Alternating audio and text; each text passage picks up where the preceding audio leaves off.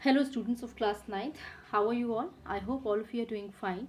And in today's video, I'm actually trying to upload a critical analysis of a poem which is there in your syllabus, in the NCRT syllabus, which is known as A Legend of Northland. And this is, of course, the part of your syllabus. And I would try my best to give you an overall critical analysis of the poem. However, you are free to have your own speculations, you're free to have your own analysis of the poem, right? So, this particular poem, A Legend of the Northland, is basically it is basically a legend. Legend, as in it is, you know what a legend is. There are two things that I would like you to notice over here. One is the word legend, and another one is ballet. When you look at this particular poem, you find that this basically belongs to a genre of ballet writing. Now, what is ballet? Ballet is actually a kind of story which has been told, or it has been sung in a stanza wise pattern, and it is generally a traditional story which could be the part of a folklore culture of a particular community. And in this particular poem, what happens is that the story is told, as I told you, in a stanza wise form, and it is traditional. It belongs to the folklore culture of a community, and generally it is being written by unknown authors because they've been written so long back in time that it becomes difficult to trace who the authentic or who's actually the real writer of those ballets have been, right? And when you read these stories, you know that there's a specific purpose of writing these stories, and this purpose is generally to pass on uh, certain moral values to society, which were thought to be a good way of living, and the listeners were supposed to listen to these stories and then imbibe these values into their own lives. This is something which used to be the purpose of value writing. The next important word that you need to take care over here is that you need to understand is the word legend that appears in the title of this poem. And the title of the poem goes like A Legend of the Northland. And when you look at the Legend of the Northland, you understand that what does the word legend means. It will mean that it's again, if you just go through a textbook and look at the last page after the completion of the poem, there is this word meaning given here under the title glossary. And legend over here, it means that old traditional story. So that's correct. Legend is actually an old traditional story, of course, as has been suggested to us by this book. But this is a traditional story, once again belonging to the folklore culture of a particular community, where you find that the the legend or the story itself is not fabricated. It could be, it has its historical roots. It could very much be historical in purpose, but the point is that there are certain elements of fantasy and imagination involved, because the story had been written, or it recalls a happening or an event or about a particular person which existed very very long ago. Now since then it has been passed on from one person to another person. Like in ballet writing, what happens, that ballet used to be the form of folklore singing or writing, which passed on from one person to another person, or from one generation to another generation through oral means. In legend, basically references to a very old traditional story which might have its historical roots but may not always be authenticated. There would definitely be the usage of elements of fantasy and imagination in it, because the time of the story itself would be really really old, and from that time till this time there is this with the passage of time, there tends to be exaggerations added in the story, and there tends to be imaginations of the speakers or the writers of the story, or those who continues this particular story, that gets inevitably added up into it. So for example, in Indian context, I'll just talk to you that there is this legend of a very brave Rajputana king, Prithviraj Chauhan the third, that is very much available to us. And though we know that Prithviraj Chauhan was exactly he was a man who really existed, and he was like the last Hindu ruler of the Sultanate of Delhi, and before it was actually taken over by other Muslim rulers. But then there are many stories which have been created, relating to his life, which you find that they are overtly exaggerated and might not be possible in reality, right? So this is how actually the legend comes into being. For example, there could be the stories of extraordinary heroism that would be associated with with the personalities, like as I told you, Prithviraj Chauhan, or maybe Jhansi Ki Rani, or maybe of some other courageous king or queen of the country. So legends are such peoples, legends are such stories basically, which have old traditional roots, but are not actually authenticated, because there is an element of imagination, exaggeration, and exaggerated imagination in such stories, right? So when you look at this particular uh, poem now, this is very much then you know an example to you of what is ballet as a form of literary genre that you must understand. So when you read it, you must understand it as an example and an introduction to the genre of ballet to you, that as a student of literature you must pay attention to the way it is being written down. Next important thing is you should also have an example to understand what basically a legend would mean. So here now I'm going to give you the storyline of the poem, which is very simple, but I would request you to read the poem first before actually before actually watching the complete video. So if you have not read the video, just pause the video, go back to the text, read the poem again, then come back to the video and watch it, then it will make more sense to you. Or otherwise, if you're watching it and have not read it, and having after watched the video, do read the poem. It is important. So I'm not going to read out the complete poem to you because it's a long poem, but I'll just tell you what does it actually contain. So the content of the poem in the term of its story has reference to a particular country from Northland. Now what is Northland and what kind of countries actually belong to this particular place or geographical location called Northland is something for you to find out. You have internet access, you might be having access to books like Atlas or something. Just try to find out about what is it that, or which are the countries which are basically there in Northland. So please find out. I'm not going to tell you this, you should do some research work on your own. So in this particular story you find that there is a reference to one of the countries which belong to Northland, and this uh, country is a place where days are short and nights are longer, and they are too cold, so much so that people are not able to sleep well. This is also a place where reindeers, the animal reindeer, is basically domesticated and used by people. It is a place where children look like polar bears cubs because they are always covered with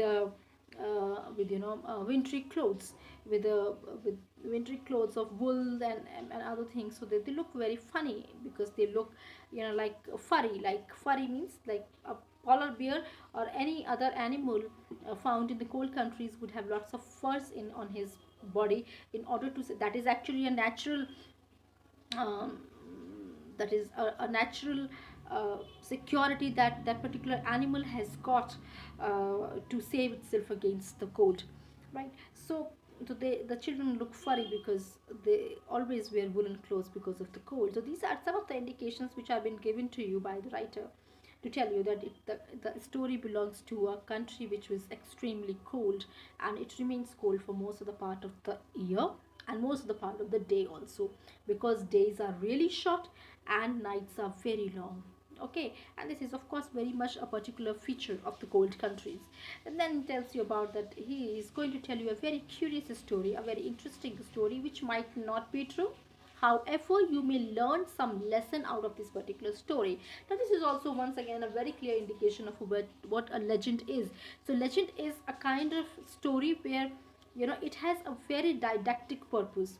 Didactic purpose means it will always give you some sense of lessons or some sense of moral values to the reader, that after reading it, after listening to the story, there will be a moral message at the end of the story which will be passed on to the reader. And this was exactly the purpose of the ballets. ballet writing and of the legends. So legend is a kind of story which was written through the ballet form, wherein people would be given lessons in morality, and that's how they were supposed to imbibe these moral values, and were supposed to live by them, so that the society would be a nice place to live, and there would be less crime, there would be less negativities in the society. And how will that happen? Only when every member of the society will have that morality within them, right? That's what author over here in the chapter tells us, that uh, the story might not really be true, but then you can learn some lessons out of it. So then the story begins. It talks about Saint Peter, who was a religion. Now you must understand Saint Peter, and you would have heard about Saint Peter's and Thomas and various other saints in the Western culture. They're like somewhat similar or equivalent to religious leaders in Indian culture. Like we have rishis and babas and many other kind of gurus. So similarly, they have Saint Peter's, and these are also the gurus, or enlightened people who have this responsibility of just roaming around the country and passing on moral values to the variety of people, or the various people whom they come across. Right. So in such time, actually, these people were revered to a very great heights, because they enjoyed a certain reputation amongst the people as they were enlightened. First of all, they were considered to have lots of knowledge, and also because they used to live a life of sacrifice, where they had not availed any kind of luxuries or any kind of pleasures which are related to family, home, and domesticity. So they had renounced all these things in order to pursue the path of in order to pursue the path of contributing positivities into the life of others. So you can just understand it by an example of Gautam Buddha, who after getting enlightened, he just contributed all his life uh, to understand or to contribute something positive towards others, right? So Saint Peter was one such person, and he was an enlightened person, and he would just walk from one place to another place, just in order to enlighten people, in order to pass on the moral values to the people. So once he was going on, and he was walking for a very long distance, and you must understand, those were the times when people used to revere and respect these people. So if such people would arrive at your home, then definitely the people would offer them a lot of respects, food, shelter if needed, and they would really be very happy to have such people like Saint Peter as their guest.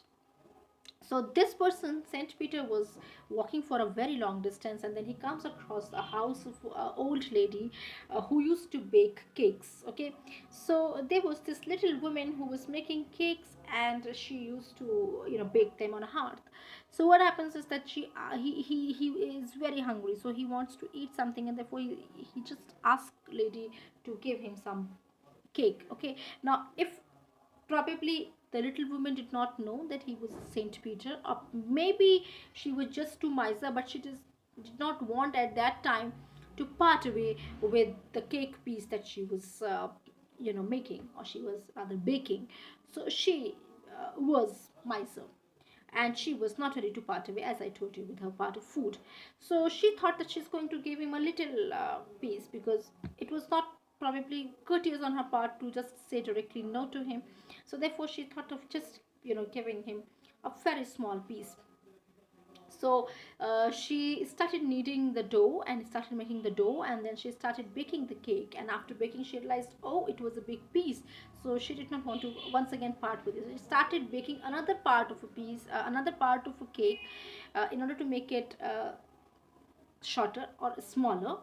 And then after baking it again, she feels that the piece was once again bigger than her expectation. So she once again starts baking the cake, just to ensure that the size of the cake is really small, because she was not ready to part away or to share that piece with somebody else.